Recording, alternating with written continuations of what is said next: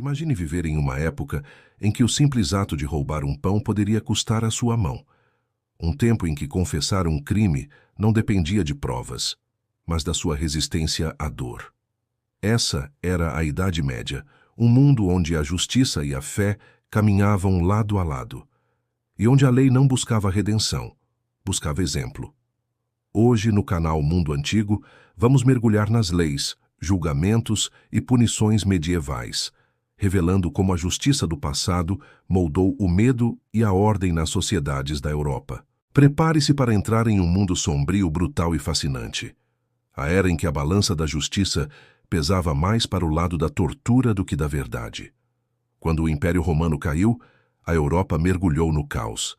Cada região passou a criar suas próprias regras, influenciadas por costumes locais, tradições bárbaras e, claro, pela Igreja. O direito romano ainda existia nas lembranças dos estudiosos, mas, na prática, quem mandava era o senhor feudal, dono das terras e das vidas que nelas habitavam. Ele julgava, punia e até executava, baseado mais em seu humor do que em qualquer código. Na França, Alemanha e Inglaterra começaram a surgir compilações de leis conhecidas como Códigos Bárbaros, o Código de Hammurabi da Idade Média, por assim dizer. Mas eles eram duros, quase sempre desiguais. Se um camponês roubasse, perdia a mão. Se um nobre roubasse, pagava uma multa. A justiça era uma questão de sangue e de status. A Igreja Católica, por sua vez, tinha sua própria justiça, a justiça eclesiástica. Ela julgava pecados, blasfêmias, heresias e qualquer comportamento que desafiasse a moral cristã. Monges, bispos e inquisidores eram juízes da alma, e suas sentenças podiam ser ainda piores que as seculares. Em um tempo em que a ciência ainda engatinhava, as pessoas acreditavam que Deus julgava através dos sinais. Surgia, então, uma prática assustadora, o ordalium, ou prova de Deus. Quando alguém era acusado, não bastava alegar inocência. Era preciso provar diante dos olhos do Criador. E as provas divinas vinham em formas cruéis.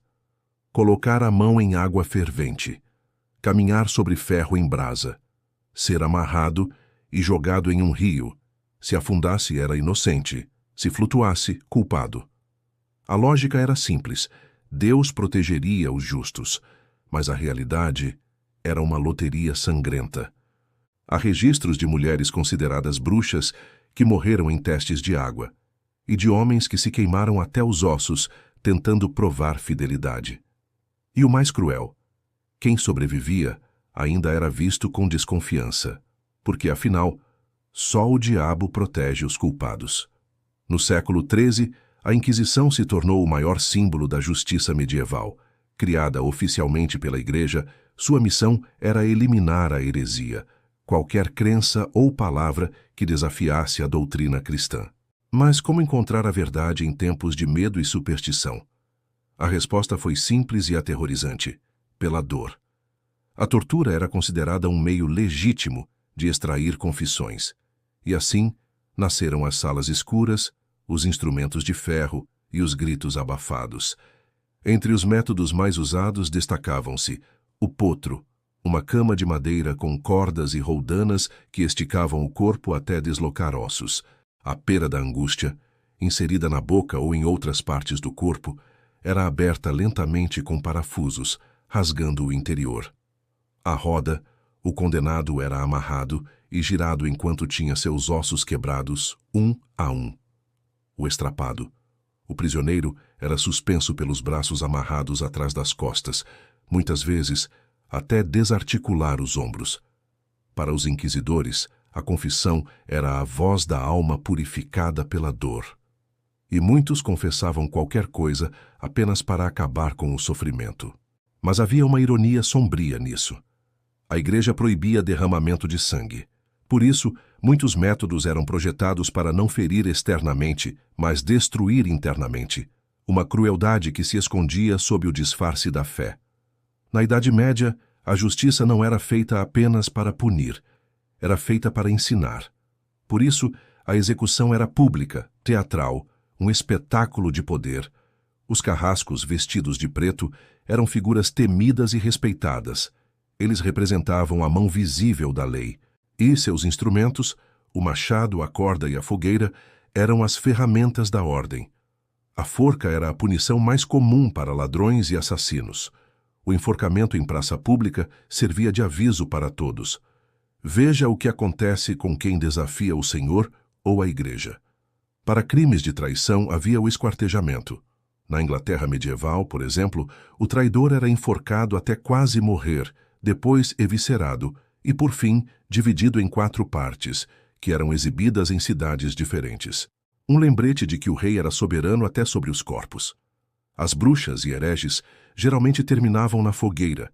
As chamas purificavam a alma, diziam. Mas, na verdade, serviam para alimentar o medo e reforçar o poder da fé. Nem toda lei medieval era sangrenta, é claro.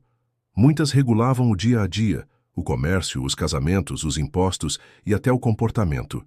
Nos vilarejos, existiam tribunais locais onde camponeses se reuniam para resolver disputas. Roubar, trair o senhor feudal ou quebrar juramentos podiam levar a multas, prisões curtas ou até ao exílio.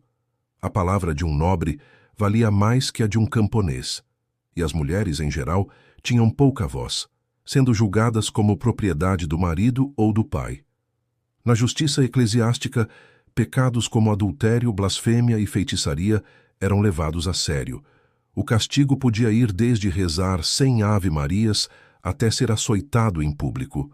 A vergonha era parte essencial da punição. Nos mosteiros, os monges também seguiam regras rígidas. Dormir fora de hora, comer em excesso ou rir alto demais podiam ser vistos como desvios. A penitência? Jejum, isolamento e oração. A lei estava em toda parte e quase nunca perdoava. Com o tempo, a brutalidade começou a se tornar rotina. O medo era o que mantinha a sociedade unida, e os governantes sabiam disso. As praças cheias durante execuções não eram apenas curiosidade mórbida, eram lições de poder. O povo via a morte como espetáculo, mas também como garantia de estabilidade. Se a lei punia, o mundo parecia seguro. No entanto, nos bastidores, uma nova mentalidade começava a nascer.